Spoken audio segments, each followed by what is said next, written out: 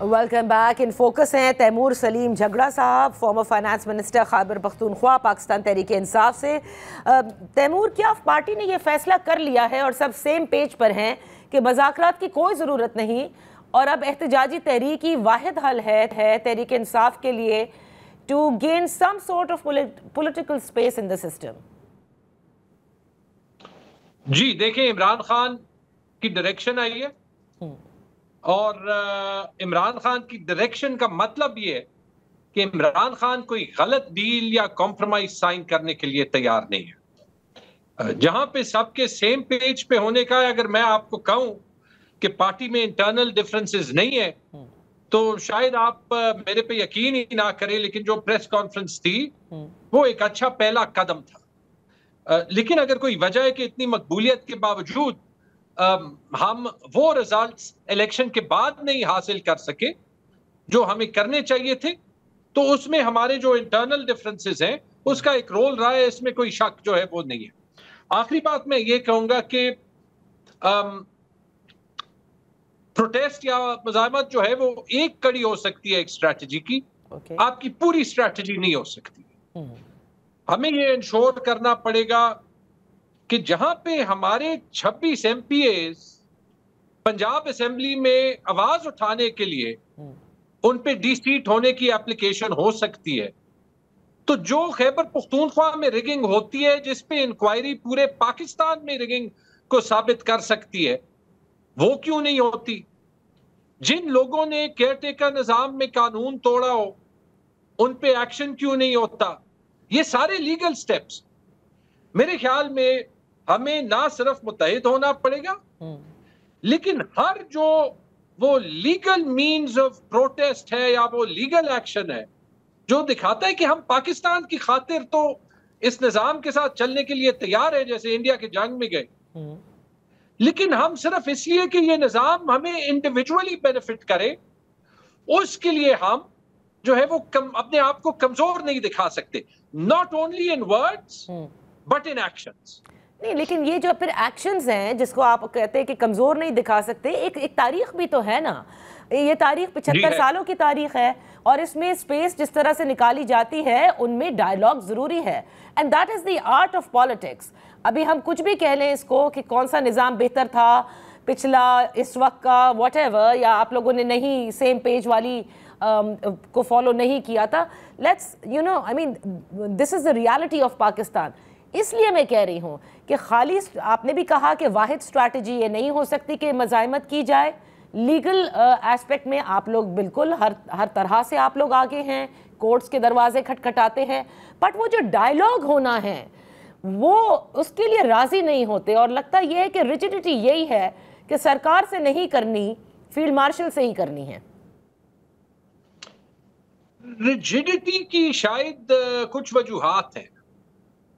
पहली वजह तो यह है कि दोबारा से देख लें, मेरे ख्याल में अगर किसी का ख्याल था कि इमरान खान कोई पर्सनल कॉम्प्रोमाइज के लिए जो है वो ये सारी तहरीक कर रहा था, कोई पर्सनल गेन के लिए कर रहा था, तो जिस तरीके से इमरान खान ने 2 साल की जेल सही है तो उसने पाकिस्तान में तो तारीख बना दी है, और मेरे ख्याल में उनके मुखालिफिन, उनके दुश्मन, ये कहें या ना कहें, उनको दिल में पता है कि वो जुर्रत जो इमरान खान ने दिखाई है उनमें नहीं है। पहली बात। नहीं, राना सनाउल्लाह साहब ने कहा है ऑन रिकॉर्ड के जुर्रत से गुजारी है। नादिया, आपने बड़ा इंपॉर्टेंट सवाल किया है, तो मैं एक्चुअली उस पे आना चाह रहा हूं। मैं आपसे एग्री करता हूं, जहां पे स्ट्रैटेजीज में ये सब कुछ होता है, डायलॉग के लिए जो है वो हमें तैयार होना पड़ता है, अभी भी करने की जरूरत है। बेहतरीन तरीका डायलॉग ही है। लेकिन आप ये तो कहें, आप बैरिस्टर सैफ के अलावा किसी और को इमरान खान से बात तो करने दे। आपको यही डर है ना कि इमरान खान सख्त बात करेगा। आप ये क्यों नहीं समझते, जब वो पॉलिटिकल स्टेक होल्डर्स जिनको पॉलिटिक्स समझ आती है वो इमरान खान से मिले तो शायद कोई रास्ता निकाले जो पाकिस्तान के लिए अच्छा हो। या तो कह दे कि पीटीआई में अगर सब गद्दार है तो फिर ना सिर्फ बैन कर दें इस पार्टी को, फिर हर एक पे हाई ट्रीजन के केसेस भी कर दें। देखिए, वो रिजिडिटी उसकी प्राइमरी जिम्मेदार हुकूमत और निजाम ही है। हाइब्रिड निजाम उसे अगर ख्वाजा आसिफ कहते, मैं नहीं कहता, तो हाइब्रिड के तो दो रुख होते हैं ना। नहीं, इरफान सिद्दीकी साहब थे, तैमूर आपसे कबल इरफान सिद्दीकी साहब थे, उन्होंने भी माना है कि यह हाइब्रिड निजाम है, लेकिन आपके वाले हाइब्रिड निजाम से बेहतर है। ये मतलब फॉर गॉड से नवाज शरीफ 93 का मुझे याद है, मैं डिक्टेशन नहीं लूंगा। 2002 का मुझे याद है जब ख्वाजा आसिफ असेंबली में जो है वो फौज के खिलाफ तकरीरें कर रहे थे, जैसे कि वो पत्नी कोई सिविल सुप्रीमेसी के हीरो हैं। 2014 के धरना में मुझे नवाज शरीफ याद है, उस वक्त मैं सियासत में नहीं था, जो कहते थे कि जी पार्लियामेंट से सुप्रीम कोई चीज नहीं है, और आज हम कहते हैं कि हाइब्रिड से सुप्रीम कोई चीज नहीं है। तो for god sake give me a break. नहीं, लेकिन ठीक है, उस वक्त के हाइब्रिड निज़ाम से मैंने कहा ना कि जिसकी जब हुकूमत होती है वो उसको फुल डिफेंड करता है कि किस किस्म के मरासिम हैं आपके उस वक्त की इस्टेब्लिशमेंट के साथ, and why is it needed so. But having said that, देखिए तहरीक इंसाफ में अभी भी जो बहुत सारे जो मुबस्सिरीन कहते हैं, जो मुझसे ज़्यादा सियासत समझते हैं, हम तो तालिब इल्म हैं सियासत के, कि कई चीज़ों में आपको लचक दिखानी होती है। फॉर एग्जाम्पल पाकिस्तान तहरीक इंसाफ का सोशल मीडिया, जिसके हवाले से अली मोहम्मद खान साहब ऑन रिकॉर्ड हमारे शो में कह चुके हैं कि वो बहुत सी ऐसी बातें करता है जो नहीं करनी चाहिए और उसको कंट्रोल होना चाहिए। इसी तरह आपके जो साबका लोग हैं, उसमें फवाद चौधरी साहब हैं, वो कहते हैं कि मौजूदा क़यादत इमरान खान साहब की रिलीज़ के लिए तो काम ही नहीं कर रही क्योंकि कोई स्ट्रैटेजी नहीं है। तो ये बातें भी तो देखें कि कहीं ना कहीं गलतियाँ तहरीक इंसाफ से हुई हैं। नादिया, मैं तो और इस नतीजे को पहुंचा हूं कि पार्टी के अंदर के मामलात हों, पार्टी के बाहर के मामलात हों, मुल्क के मामलात हों, जहां तक मुमकिन हो हमें जो है वो जितनी ओपन हम बात कर सकते हैं। बाहर के मामलात पे हर बात करना इसलिए शायद मुमकिन नहीं है क्योंकि फ्रैंकली वो फ्रीडम ऑफ स्पीच का माहौल नहीं है जिसमें आप ओपनली बात कर सकते हैं। पार्टी के अंदर के मामलात में आपको ऑब्वियसली ये चुनना पड़ता है कि कौन सी जो बात है वो बेहतर है कि आप उस तरीके से बाहर ना करें जो कि अंदर हल होनी चाहिए। लेकिन जब अंदर बातें हल ना हो तो आपको अपने फॉल्ट्स मानने चाहिए, इसमें कोई बुराई नहीं है क्योंकि वही वो प्रेशर आप पे डालता है कि आप वो फॉल्ट्स अंदर हल करें। सोशल मीडिया की आपने बात की, सोशल मीडिया की जो ओपननेस है वो पाकिस्तान की स्ट्रेंथ है। वो हमने देख लिया कि जिनको हम डिजिटल टेररिस्ट कह रहे थे वो इंडिया के खिलाफ जंग में डिजिटल वॉरियर्स बन गए। आपने ट्विटर खोला, उन्होंने इंडियन डायस्पोरा का, इंडियन सोशल मीडिया का वो हाल किया कि वो एक उनके रफाल गिरे हमारे मिसाइल्स के साथ और एक उनका बयानिया गिरा हमारे सोशल मीडिया वॉरियर्स के साथ। तो freedom of speech, freedom of press, openness, उसका एक फायदा होता है। उसमें लोग गलत बात करते हैं, हर तरफ पे करते हैं, हुकूमत की तरफ से करते हैं, हमारी तरफ से करते हैं, हमें उस हर बात की मजम्मत करनी चाहिए। लेकिन हमें बुनियादी जो फ्रीडम ऑफ स्पीच है उस पे उस पे हाथ जो है वो नहीं रखना चाहिए। अगर मैं अपने सोशल मीडिया अकाउंट्स पे गाली बर्दाश्त कर सकता हूं, गलत बात बर्दाश्त कर सकता हूं, मुझे पता है मैंने क्या सही किया है, तो कोई मुझ पे जो इल्जाम लगाए doesn't make a difference for me. इतनी बड़ी बात नहीं है, सीना खोल देना चाहिए। दो चीजें हैं जो जल्दी से मैं चाहूंगी आप इस पे कमेंट करें, आपकी नजर से भी गुजरी होंगी और आज हमने इरफान सिद्दीकी साहब से भी पूछा कि नवाज शरीफ साहब के हवाले से खबर आई थी कि वो अडियाला जेल में इमरान खान से मुलाकात के लिए तैयार हैं।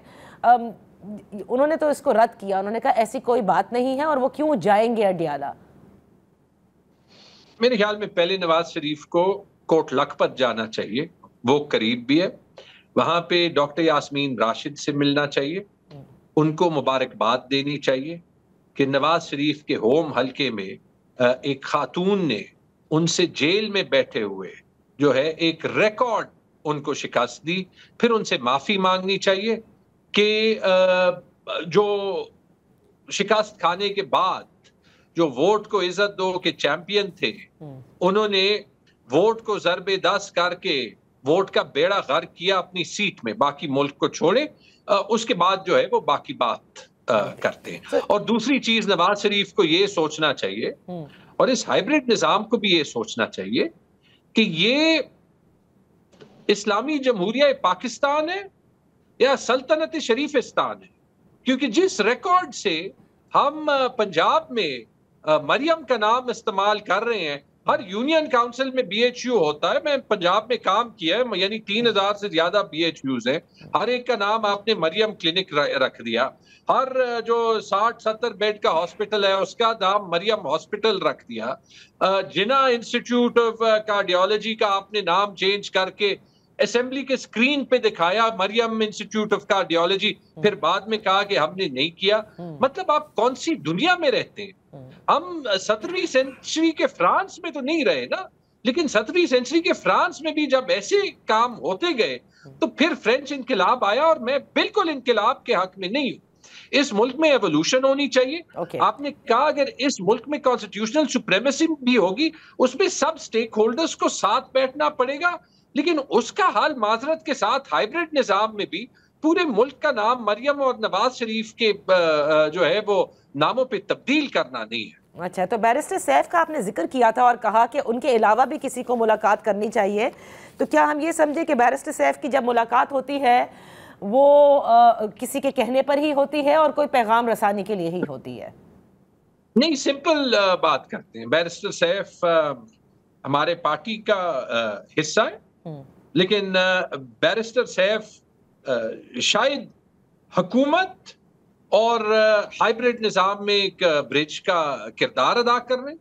बैरिस्टर सैफ का जो माजी रहा है वो ये रहा है। Let's just call a spade spade. तो बैरिस्टर सैफ को ही फिर आप लोग ब्रीफ कर दिया करें ना, जब इजाजत उन्हीं को है मिलने की, और वही ब्रिज है वो कि वो सियासी ये बात सोच कर रहा दे। था कि हम सबको जो है वो टॉम क्रूज जैसे मिशन इम्पॉसिबल में मास्क पहनता है लोगों के, वो टेक्नोलॉजी ला के बैरिस्टर सैफ के मास्क पहन देने चाहिए और सब हम जब अडियाला जाएंगे तो फिर बड़े आराम से शायद मुलाकात हो। फैसल चौधरी भी तो मुलाकात करते हैं, वो तो ब्रिज नहीं है। फैसल ने 1-2 बार वैसे कहा है, लेकिन इस पे बेहतर जवाब फैसल ही दे सकते हैं। बहुत बहुत शुक्रिया तैमूर सलीम झगड़ा साहब for being with us on the show. इसी के साथ प्रोग्राम का वक्त खत्म होता है। कल फिर आपकी खिदमत में हाजिर होंगे। इजाजत दीजिए, अल्लाह हाफिज।